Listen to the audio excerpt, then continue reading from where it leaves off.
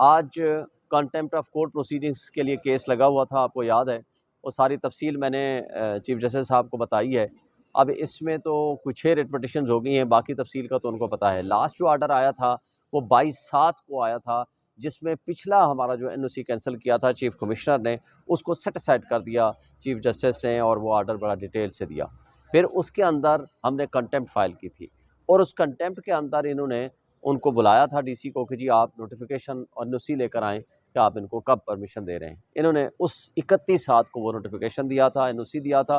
उस एनओसी के मुताबिक हमारा 22/8 को जलसा होना था, और उस 22/8 के जलसे में मैंने कहा जी इनसे पूछें कि इस बात की क्या गारंटी है। इन्होंने अंडरटेकिंग दी थी इस कोर्ट के सामने, और फिर उस पर मेरा इतराज़ ये था कि हमें जगह और डेट से इख्तलाफ है।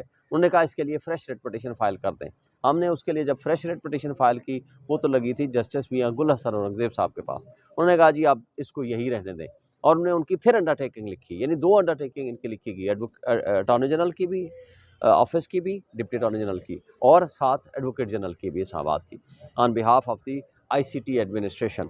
और उस अंडरटेकिंग के बाद आपको जैसे पता है पिछली दफ़ा भी ऐसे किया था, रात की तारीकी में कैंसिल किया था। इस दफ़ा भी एक दिन पहले उन्होंने कैंसिल कर दिया, जिसके लिए मैंने ये आज सारी तफसील बयान कर दी है कोर्ट को, और कोर्ट ने यही ऑब्जर्वेशन दी है कि आपको मसला एक पॉलिटिकल पार्टी से है। उन्होंने इस बात की ऑब्जर्वेशन दी है कि जब कोई बंदा या कोई लोग रेड जोन में भी, इवन कॉन्स्टिट्यूशन एवेन्यू पे भी कोई जलसा या कोई प्रोटेस्ट करना चाहते हैं, बगैर परमिशन के वो लोग भी आ जाते हैं। लेकिन आप इनको इजाज़त क्यों नहीं दे रहे, इसकी वजह क्या है? और इसकी वजह जो नज़र आती है वो पॉलिटिकल मोटिवेशन है। और फिर दूसरी बात, आपने आज तक, मैंने भी उनको कहा कि आज तक कोई जगह मुतय्यन क्यों नहीं की कि जहाँ लोग आकर प्रोटेस्ट करें, या जहाँ आकर के वो कोई जलसा जुलूस कर सकें। तो लिहाजा जलसा करना ये फंडामेंटल राइट है हर पॉलिटिकल पार्टी का, हर एक सिटीज़न ऑफ पाकिस्तान का। तो लिहाजा इसको आप रोकेंगे तो ये कंटेम्प्ट ऑफ कोर्ट होगा, और अदालत के हुक्म की सिर्फ खिलाफ वर्जी नहीं होगी, बल्कि ये आइन की खिलाफ वर्जी होगी, क्योंकि ये आइनी हक है। बहरहाल इसके ऊपर मैंने एक रिक्वेस्ट की है कि जी जब तक आप इनको सज़ा नहीं देंगे, तब तक आपके हुक्म पे अमल दरामद नहीं करेंगे। सज़ा बेशक छोटी दें, लेकिन सज़ा आपको देनी पड़ेगी। बहरहाल चूँकि 8 का अब जलसा है, अब इंशाल्लाह इस पे ज़रूर होगा। उसके लिए तो आपको पता है, पहले ही खान साहब का पैगाम भी आ चुका है, और इंशाल्लाह ताला इस कंटेम्प्ट प्रोसीडिंग्स की भी डेट रख दी गई है 10, और इंशाल्लाह इस पे भी हम उम्मीद करते हैं कि अदालत ने जो वाज़े अहकामात दिए हैं, उसकी जिस तरह हुक्मअदुली की गई है, मैं ये समझता हूँ कि इस पे भी एक्शन ज़रूर होगा। शिवसेना साहब, इतने पुरसाज माहौल में आपके दो देखिए, यकीन दहानियाँ पहले भी करा चुके थे, इस दफ़ा भी कराई है, लेकिन इस दफ़ा सिर्फ एक लफ्ज़ ऐड किया है इंशाअल्लाह, तो इस पे मुझे शक पड़ता है। तो इसलिए मुझे ये शक ज़रूर है कि ये 8 के जलसे से 7 तारीख को ये फिर एक कोई कैंसलेशन करेंगे।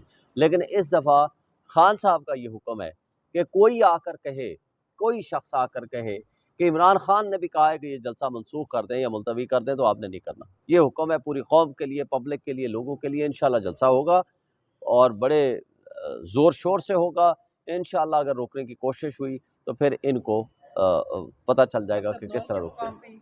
ये अभी मकाम का तयन नहीं हुआ, तो वो हम अभी बैठ के डिस्कस करेंगे तो इंशाअल्लाह ताला। लेकिन इस्लामाबाद में जलसा होगा, और भरपूर जलसा होगा, बहुत बड़ा जलसा होगा। सर आज मुल्क तो 8 का जलसा अनाउंस कर दिया है।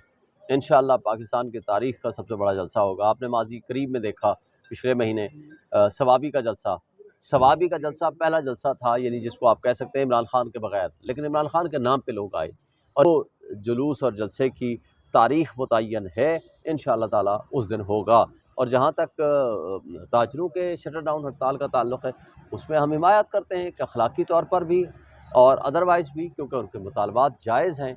और हम तो ये समझते हैं कि वो मोहसिन नकवी कि जिसने वज़ारत दाखिला का भी बेड़ा गर्क कर दिया, जिसने जो फजूल किस्म की एक स्टेटमेंट दे दी कि जनाब एक SHO की मार है जनाब बलूचिस्तान, तो फिर आप ये बिलियंस ऑफ रुपीज़ जो खर्च कर रहे हैं ना, अभी अज़्म इस्तेहकाम के ऊपर 20 अरब रुपये रखे हैं, तो फिर इसकी ज़रूरत ही नहीं है। और दूसरा, उससे पहले भी जो कुछ आप कर रहे हैं उसकी भी ज़रूरत नहीं है। तो आप इस तरह करें कि मोहसिन नकवी साहब को मैं गुजारिश करता हूँ कि SHO बना के इसको बलूचिस्तान में भेज दिया जाए।